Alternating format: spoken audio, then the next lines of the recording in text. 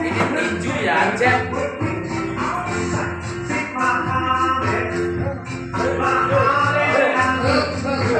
Ibu dari pinggir ya, biar mengenal istilah-istilah tinju lah. Dari bawah, Pak.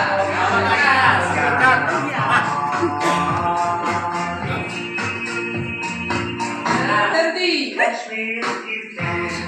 Blok. Mana lagi, Pak?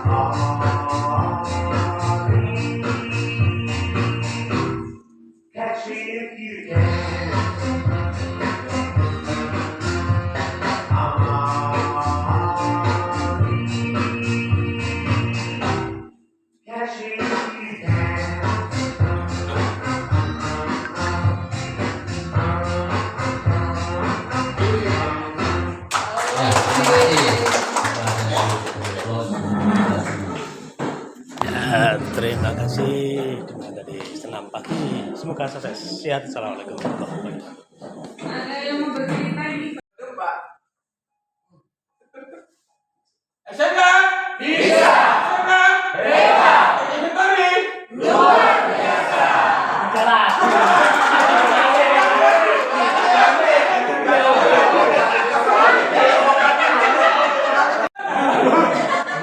Oke, siap. SMK bisa, SMK hebat, luar biasa. Terima kasih. Wes. Berbagai penjuru di Indonesia ini yang telah hadir di sini. Assalamualaikum warahmatullahi wabarakatuh. Dan selamat pagi. Mungkin saya memberikan kesempatan untuk bercerita saja terkait pengalaman saya sebelum menjadi kepala sekolah. Bapak Ibu yang saya hormati, saya awalnya bukan guru. Jadi kemarin itu kegiatan mulai dari awal sampai akhir, saya bingung.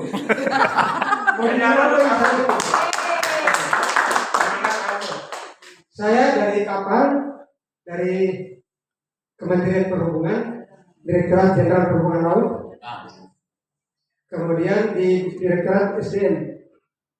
Oleh karena itu saya diberikan kesempatan juga sebagai kepala sekolah dengan SK Yayasan tahun 2017. Selanjutnya saya bagaimana sih? Kalau guru ini saya selama jadi kepala sekolah itu tidak ada yang mau, kalau ya ada donatur begitu Pak. Saya tidak ada. Malah saya memberikan gaji dari uang saya ke guru dengan 1 bulan 1.500.000 per 10 guru. Aku membaca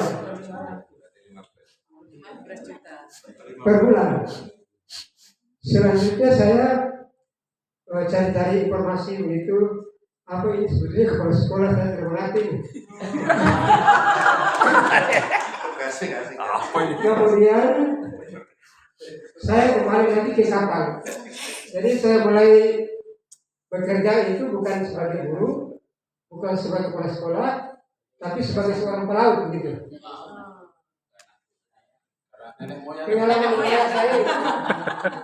Pengalaman layar 23 tahun Pak.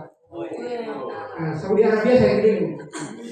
Kemudian masuk sampai ke Jepang, ke Australia, Sydney, kemudian Singapura, sudah itu negara-negara tetangga, sampai ke Filipina. Kalau bahasa itu bahasa Inggris wajib kita di kapal, karena semua informasi itu menggunakan internasional Inggris. Negara paling jauh di mana? Yang pernah sampai negara yang paling jauh? Yang paling jauh di Alaska. Kalau Alaska itu, kalau bumi itu kan berbentuk bulat, dia pas di utara dia, di 0 derajat. Untuk utara. Ya, Alaska. Saya ambil batu bara dari situ bawa ke Belanda. Jadi dengan standar gaji saya pada waktu itu cuma 130 juta per bulan.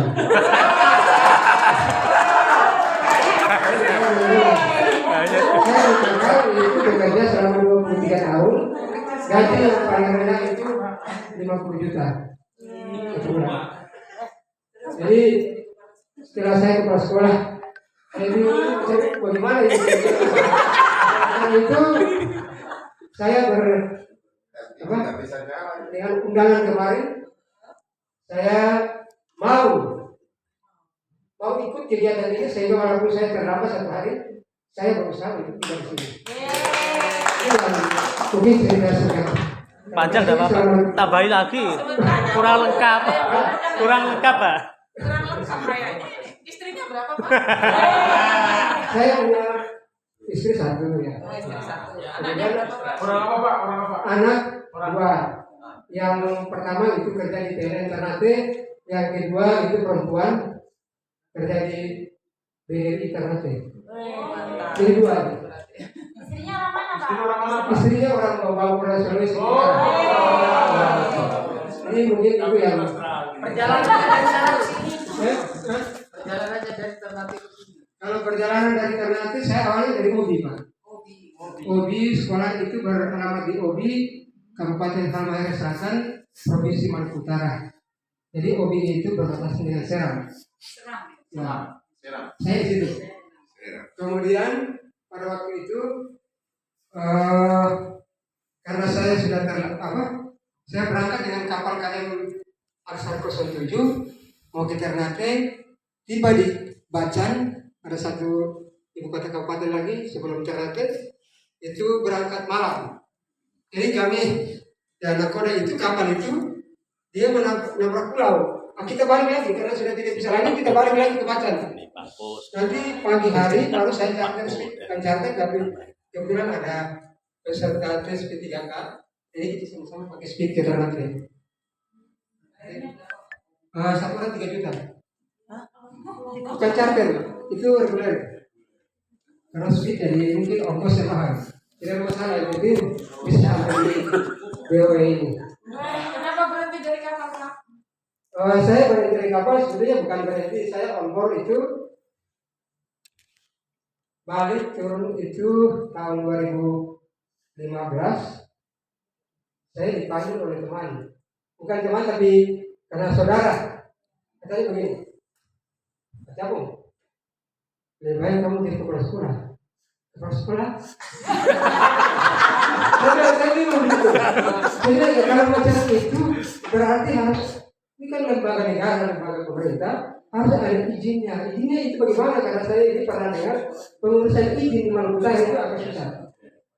Seperti itu. Jadi saya tidak mau, saya bilang saya mau, tapi sekalian harus sudah ditandatangani oleh peradilan. Nah, sudah. Oke, kemudian pembukaan jurusan, saya berpikir begini, ini mau buka jurusan apa? Saya di kapal, ini jurusan ini mau buka jurusan apa ya? Terpaksa saya buka-buka di Google, saya buka jurusan nautika kapal niaga. Sebetulnya paket nautika kapal niaga itu ada 2 jurusan. Harus ada teknika dan harus ada transportasi laut. Jadi harus 3. Yang baru kami punya ini adalah nautika kapal niaga. Berarti Bapak ketua yayasannya? Saya kepala sekolah. Uangnya banyak Bapak. Kan yang gaji. Ya. Bukan yang gaji berarti yang ketua yayasan. Enggak. Ketua yayasan itu yang Kalau ketua yayasan, ya kalau di sana itu yayasan tidak sendiri lagi gitu. Jadi ketua yayasan itu bisa merangkap kepala sekolah, tapi kepala sekolah bukan ketua yayasan. Oh, bisa gaji. Ya, kalau Pak Agung ada di posisi mana? Ketua yayasan dan kepala sekolah? Kepala sekolah. Tidak ketua yayasan. Bukan. Bukan. Kepala sekolah. Jadi mungkin seperti itu di sana yang Siswanya berapa Pak di sana? 83. Hanya 1 jurusan. Satu jurusan. Gurunya berapa? 10 tadi. Gurunya 10. Jadi 11 dengan saya. Lahan itu punya siapa Pak? Lahan itu milik, sebetulnya ini bukan untuk cerita panjang lahan. Karena lahan itu saya beli pakai uang pribadi saya. Dengan nilai 180 juta. Wes, mantap. Satu uang saya. Kemudian ya bangunan mungkin itu dari pemerintah. Nah, saya punya saya berpikir begini, ini sudah mungkin ya saya tinggalkan untuk negeri OB ini. Iya, iya. Silakan. Jadi itu yang pengalaman saya mungkin. Ya pernah mengadili nakoda itu gimana? Ya, Ada nakoda yang tidak cocok dengan tegur itu gimana? bagaimana itu? Ada nakoda yang tidak pas dalam prosesnya, jenengan yang mengingatkan atau yang menegur ya? Oh, Nakoda. Iya. kalau saya itu kalau di kapal mohon izin saya dipanggil kapten Oke, mantap. karena ijazah saya AIG 1. S1 ya Pak ya? AIG 1. Kalau AIG 1 Marine Superintendent for Captain ya. Dia bisa jadi nakoda, bisa jadi kapten. Jadi memang persyaratan untuk membawa kapal sekarang ini ijazah kalau kapal yang panjang 200 meter harus AIG 1. Itu harus dia punya. Sekolah di mana dulu Pak? Ya? Sekolah di mana dulu? Saya awalnya itu AIG 3 di Ambon, di Maluku, kemudian di Jakarta, di STIP Jakarta. STIP. Sekolah tinggi. Sekolah tinggi pelayaran di Pelayaran, ya di Garuda. Saya sekolah di situ, Jakarta. Karena waktu itu masih berbentuk Pusdik Latubla, Pusat Pendidikan dan Pelatihan Perhubungan Laut. Jadi saya tahunnya itu diklat. Begitu lama kelamaan keluar ijazah begitu. Jadi sebetulnya di pelayaran itu Ibu banyak kompetensi, sertifikatnya banyak. Saya punya sertifikat itu ada 28 sertifikat dengan nilai kalau sertifikat bisa dijual itu mungkin nilainya 100 lebih. Itu nilainya. Tapi upaya sendiri itu. Kebetulan ya kondisi orang tua juga dari petani dan dia bisa hanya upaya sendiri itu. Iya. Anu Pak, berlayarnya dalam 1 bulan itu pulangnya berapa hari? Kalau kapal luar itu 1 tahun kita kontrak Bu. Jadi dia berlayar ya. Kalau kalau perusahaan asing sekarang saya ditawari di pertemanan Pride tapi dengan gaji 150 juta saya juga belum mau. Saya bilang bagaimana ini kesian anak-anak bangsa ini.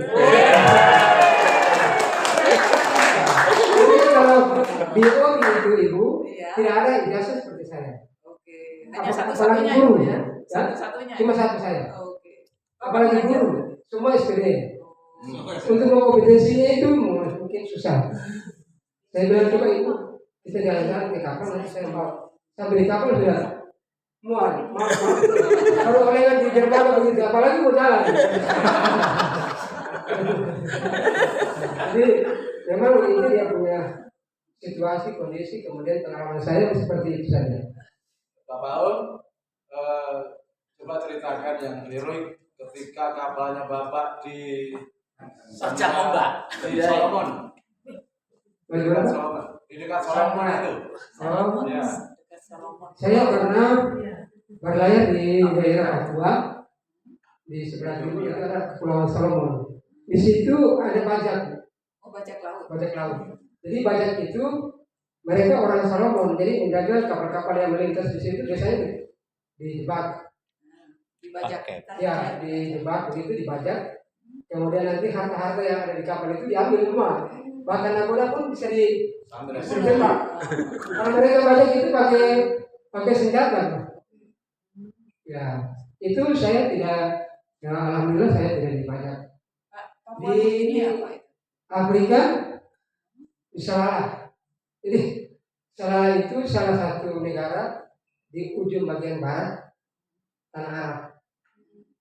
Salalah. Di situ kebanyakan penduduknya itu kalau kita bilang miskin tidak mungkin. Karena orang biasa bilang daerah Arab itu kan daerah Kaya. kaya begitu. Tapi pekerjaannya itu hanya membaca kapal-kapal yang melewati daerah itu.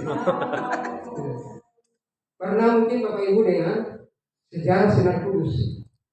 Kain Sinar Kudus yang memuat bernikel dari Halmahera Sulawesi Tengah dari Morowali dibajak. Nah, jaminannya apa? Kami kalau dibajak itu jaminannya negara. Karena kami berlayar di tengah laut itu dengan menggunakan bendera Indonesia. Jadi kalau mau bantuan itu tetap TNI datang, kemudian Angkatan Laut dan lain-lain sebagainya itu cepat dia. Karena kita punya bendera itu tetap kita bawa. Jadi sebetulnya contohnya kapal yang berlayar di laut itu sama dengan satu negara yang berjalan. Seperti itu. Karena kita bawa bendera. Bendera Indonesia ini paling mahal. Iya, paling mahal. Kalau kita masuk di Singapura ya, itu di sana bendera Indonesia ini 550 juta satu kali berlabuh. Paling mahal. Paling mahal. Parkirnya apa? Parkirnya. Iya, parkirnya mahal. Kalau kita berlabuh itu kan harus kita lapor dulu ke otoritas, baru ditunda masuk, kemudian lapor di Kesabandaran dulu di daerah sana, pos 500 juta. itu bayarnya 500 juta. Satu kali kita berlabuh. Mahal Indonesia. Berlaku di Indonesia saja, Bang, kan jauh dekat Singapura sama Indonesia terbelakang. Apalagi kalau bendera yang paling mahal itu India. Itu mahal. Kalau dia masuk ke kita, paling bayarnya itu maksud saya itu kalau dia masuk ke Indonesia dia paling mahal. Tapi kalau kita keluar itu kita bayar murah. Kita punya pajak negara itu. Jadi saya punya pelayaran juga menggunakan paspor Panama. Ada saya punya paspor. Jadi paspor ini kan ada 3, mungkin Bapak Ibu bisa tahu. Paspor haji itu dipakai 1 kali musim haji. Kemudian paspor turis dan paspor tenaga kerja pelakunya. Paspor itu kalau paspor Panama sudah tidak diganti-ganti lagi. Seumur hidup sudah. Kalau mau berlayar pakai paspor itu. Yang ini keluar negeri. Kalau dalam negeri tidak dicok ke imigrasi. Gitu. Jadi pengalaman saya mungkin seperti itu saja. Cuma sedikit saja pengalaman saya. Jadi mohon maaf. Assalamualaikum warahmatullahi wabarakatuh. Iya. Beri. Wow, keren Pak Popo. Ya, selamat Pak Popo. Mau berbagi, mau membiayai. Kalau di PKK itu produk apa? Mengapa Ibu kok tidak mengangkat produk daerah begitu ya, misalnya PKK? Kan waktu itu saya juga tidak tahu proposalnya teman-teman sebenarnya, teman-teman di sekolah ini. Jadi, oh sudah saya buat ini, mengapa kok buat ini ya? Marah juga, tape kemudian buat stick yang mengandung serat karena sticknya ini sehat. Badan nggak tahu. Sampai ditanya, gurunya Ibu ada berapa? Begitu Bu, itu juga ditanyakan juga PKK. Nah sekarang kembali ke TEFA. Jadi ke TEFA itu saya pertama diminta presentasi. Presentasi sebenarnya kita untuk TEFA itu apa yang sudah dilakukan, kemudian apa rencana ke depan, terutama presentasi bisnis model kanvas. Seperti yang kemarin itu, kuncinya di sana. Setelah itu ditanya-tanya dengan sana, pertanyaannya itu saya sebenarnya bilang Bapak Ibu, pertama yang ditanyakan apa segmentasi pasarnya itu seperti apa, kemudian sudah memproduk berapa omsetnya itu ditanyakan. Nah kemudian sudah sampai kemana saja, industrinya itu siapa, terus bagaimana pelaksanaan pembelajarannya. Ya, di situ apakah melibatkan semua siswa atau tidak? Saya sampaikan melibatkan semua siswa. Ditanya apakah Ibu sudah menggunakan sistem blok? Ya saya sampaikan. Awalnya TEFA itu bagaimana itu ditanyakan. Gimana dulu Ibu waktu pelaksanaan TEFA itu diawali dari bagaimana? Seberapa Ibu yakin bahwa Ibu sudah melaksanakan TEFA dan ini memang betul-betul bisa intinya itu meningkatkan kualitas lulusan begitu Bu. Nah itu yang ditanyakan. Jadi pertama kan di sekolah saya itu PJBL itu ya Bu, sebagai salah satu dari SMKBK kita melaksanakan PJBL itu dasar yang saya sampaikan. Apakah sekolah saya melaksanakan sistem blok? Nah dulu dilaksanakan sistem blok, kemudian karena TEFA itu kan nggak mungkin kalau sistem blok dulu pertama blok bulanan 3 bulan, tapi kalau ada pesanan bagaimana? Sehingga yang saya lakukan seperti di Grati, secara bergiliran anak-anak itu mengerjakan sesuai dengan proyek yang diterima. Nah, jadi kalau TEFA itu wawancaranya, insya Allah seingat saya itu seperti itu. Kemudian apa lagi ya? Ya tidak ada. Sepertinya lebih rumit di PKK yang saya rasakan itu. Karena Ibu tidak menguasai yang di PKK-nya. Oh mungkin ya Bu ya. Saya jam 9 Bu, kemudian saya balik lagi pulang ke rumah, balik lagi jam 2 saya Bu ke sekolah, wawancaranya 3:30. Aduh, iya. Jadi tidak melihat besar kecilnya bantuan Bapak Ibu. Jadi apapun bantuan yang, ya alhamdulillah yang SMK ini dapat juga Bu PKK-nya. Yang SMK saya PLT itu bukan di Pucel. Ya kalau di Beringin TEFA Pengimbasan, Pucel itu PKK. Jadi saya jalan-jalan ke Jakarta 2 kali Pak. Bimtek TEFA. Setelah itu Bimtek PKK. Jadi begitu. Jadi ya kuncinya itu dokumen itu dilengkapi. Yang diminta itu kan proposal, bisnis model kanvas, rencana pengimbasan kita dengan sekolah jejaring. Nah, rencana pengimbasan dengan sekolah jejaring itu nggak ada contohnya. Kalau proposal kan saya bisa tanya ke teman-teman bakal, bisa berunding dengan teman-teman bakal, digarap ini dilengkapi ini.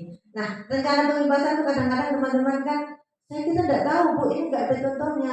Bagaimana kerjasamanya sekolah untuk melakukan program pengimbasan itu? Akhirnya saya ngarang. Kalau seperti itu kita akhirnya ya Bu ya, yang ngarang, menyisihkan waktu, nyari, nggak ketemu akhirnya ngarang. Kemudian saya saya mengajukan penawaran gitu kerjasama dengan sekolah lain, meskipun belum wawancara, meskipun belum dinyatakan diterima dokumennya Bu. Jadi saya menghubungi sekolah yang besar waktu itu SMK 1 Bondowoso, karena ada ketentuannya. SMK jejaringnya punya LSP. Nah, SMK 1 Bondowoso itu kan luar biasa ya. Nah ini ya untunglah kepala sekolahnya mau, kemudian sekolah lain, kemudian ditandatangani, diupload. Legalitas produk bagaimana? Karena kalau di DKV itu kan hanya SID saja, tidak perlu SNI. Demikian juga yang TAP untuk running text itu tidak perlu SNI. Nah waktu itu masih tidak ngerti NIP dan lain sebagainya, saya betul-betul masih nggak paham. Jadi Bapak Ibu yang saya ajukan itu adalah surat keterangan dari kepala desa, karena kepala desa itu masih ada famili dengan guru saya. Jadi hari ini terakhir upload. Ini dokumen apa ya Bu? Rundingan di sekolah. Dokumen apa ya? Kalau bisa mengeluarkan apa? Katanya teman saya. Ada Bu surat keterangan. Surat keterangan apa? Surat keterangan bahwa ini memiliki usaha. Jadi itu yang saya upload. Ternyata itu tidak diterima. Nggak ada, belum punya NIP. Sekarang Bapak Ibu bisa mengurus dulu, jadi nanti lebih siap begitu, lebih mudah. Nah, seperti diutamakan sekolah yang sudah BLUD Bu, yang Deva Pengembasan. Sekolah saya nggak BLUD, jadi saya kosongin. Kemudian LSPB 1 itu juga menjadi salah satu kriteria. Diutamakan sekolah yang LSP, saya enggak cukup. Jadi ada saya 2 komponen yang tidak terpenuhi, tetapi sekolah saya alhamdulillah dapat, dan saya enggak pakai channel-channel seperti anggota dewan ya sekarang ya Bapak Ibu. Saya enggak pakai seperti itu, saya murni dari mulai bantuan pertama SMKPK dan segala jenis bantuan. Memang saya menghindari seperti itu. Takut Bapak Ibu, menurut saya itu Bu menyebabkan kurang percaya diri. Ya, kalau kita itu sudah mengandalkan itu, kita menjadi kurang percaya diri. Karena bisa saja sebenarnya itu karena Bapak Ibu bagus ya, tapi diklaim oleh mereka. Kalau sudah terlanjur MOU, saya minta bantuan, apalagi potongannya luar biasa Ibu. Nggak jadi apa-apa nanti ya. Tapi memang ada yang seperti itu Bu. Memang dari direktorat sendiri terus terang ya, pada saat Pak Jahari tahun 2021 sekitar bulan Maret di Malang, kita kan dikumpulkan ini kepala sekolah se-Jawa Timur. Memang ada sekian persentase itu lewat jalur aspirasi ya Bu ya. Lewat jalur aspirasi itu ada. Ya memang mungkin ada bagiannya seperti itu. Tapi yang lewat tidak pakai jalur-jalur itu juga ada. Alhamdulillah saya bersyukur karena tidak termasuk jalur-jalur itu. Jadi begitu Bapak Ibu. Nanti pada saat ini yang paling ini memang pada saat wawancara nanti. Karena kalau dokumen sudah lengkap, sudah dinyatakan, ini kan berarti nggak masalah dokumen itu. Tinggal nanti pada saat wawancara, kadang-kadang hal-hal remeh itu ditanyakan. Seperti misalnya di sekolah yang lain ya Bu. Nah, waktu wawancara SMKPK, kepala sekolahnya ditanya, teaching factory itu apa? Ditanya begitu loh Pak. Waktu kita masih belum booming itu teaching factory tahun 2022.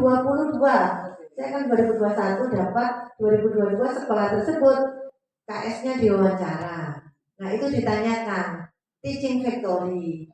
Nah yang akhirnya ya seperti itulah intinya, apa yang perkembangan yang ada di sekitar kita harus dibaca-baca begitu. Mungkin itu saja dari saya ya Pak. Terima kasih. Ya. Tadi sudah dijelaskan, ya. Sudah diterima, tinggal proses wawancara dan sebagainya. Ya. Sekarang kira-kira awalnya ini setelah kita buat proposal, kemana kita tujukan kepada siapa, di provinsi atau di mana, atau di kolabnya. Nah ini perlu dijelaskan. Dan terus terang mohon maaf, saya ini masih awal-awal di SMK dulu, kepala SMA, yang kenal hanya double track. Nah, sekarang baru 1 bulan lebih dikit ke SMK, sehingga perlu pengenalan. Makasih. Pertama itu kita harus ada surat rekomendasi dari Dinas Pendidikan Provinsi. Nah pertama ke Cabin dulu Pak, kemudian membawa proposal itu. Proposal saya waktu itu proposal yang pokoknya tidak karu-karuan itu, yang penting dapat tanda tangannya Pak Kacang kan begitu. Belum buat proposal sebenarnya. Nah kemudian setelah itu Cabin itu akan mengajukan ke provinsi, kita akan yang Jawa Timur diberi surat untuk rekomendasi ya, seluruh SMK negeri maupun swasta se-Jawa Timur mau mengajukan bantuan apa. Nah di situ ada. Nah kemudian setelah itu kan kita mengupload surat rekomendasi, diupload, kemudian proposal, kemudian BMC-nya bisnis model kanvas, kemudian juga rencana pengimbasan, ya surat keterangan berusaha kalau saya itu kita upload, ya. Nah kemudian sudah diupload di Takola, tinggal menunggu kita akan dihubungi oleh direktorat sendiri lewat WA, ya akan dijabri. Kalau saya itu dijabri, Bu ini masuk wawancara, ya wawancaranya. Waktu itu pengumuman dulu Pak, pengumuman sekolah-sekolah yang akan yang diterima untuk wawancara. Sekolah-sekolah daftar sekolah yang akan diwawancara. Waktu itu daftar sekolah yang akan diwawancara itu, saya waktu itu cepat Pak, karena terakhir proposal itu Jumat. Ya Jumat itu saya mengajukan. Kemudian sekitar hari Selasa itu saya sudah dihubungi, begitu. Jadi cepat sekali deadline, dihubungi bahwa akan diwawancara. Nah setelah itu ya tinggal kita menuju wawancara, semuanya lewat jarak jauh. Cuma BIMTEK-nya saja yang di Jakarta. Ya. Kemudian jangan lupa Pak, untuk rencana-rencana kita di RAB itu ya dibuat yang real. Ya. Yang betul-betul real begitu. Ya. Terlaksana. Yang secara logis bisa dilaksanakan. Ya, Mungkin terima kasih. dari saya cukup sekian. Bapak Ibu yang ada di sini nih hebat-hebat. Saya ini masih punya kekurangan. Alhamdulillah saya selain ikhtiar dan juga faktor rezeki Bu. Faktor rezeki dari Yang Kuasa. Ya. Saya ini terima kasih Bapak Ibu. Sukses untuk kita semua. Ya, Assalamualaikum warahmatullahi wabarakatuh. Bu Roma ya. Kita masih ada 10 menit lagi untuk post test.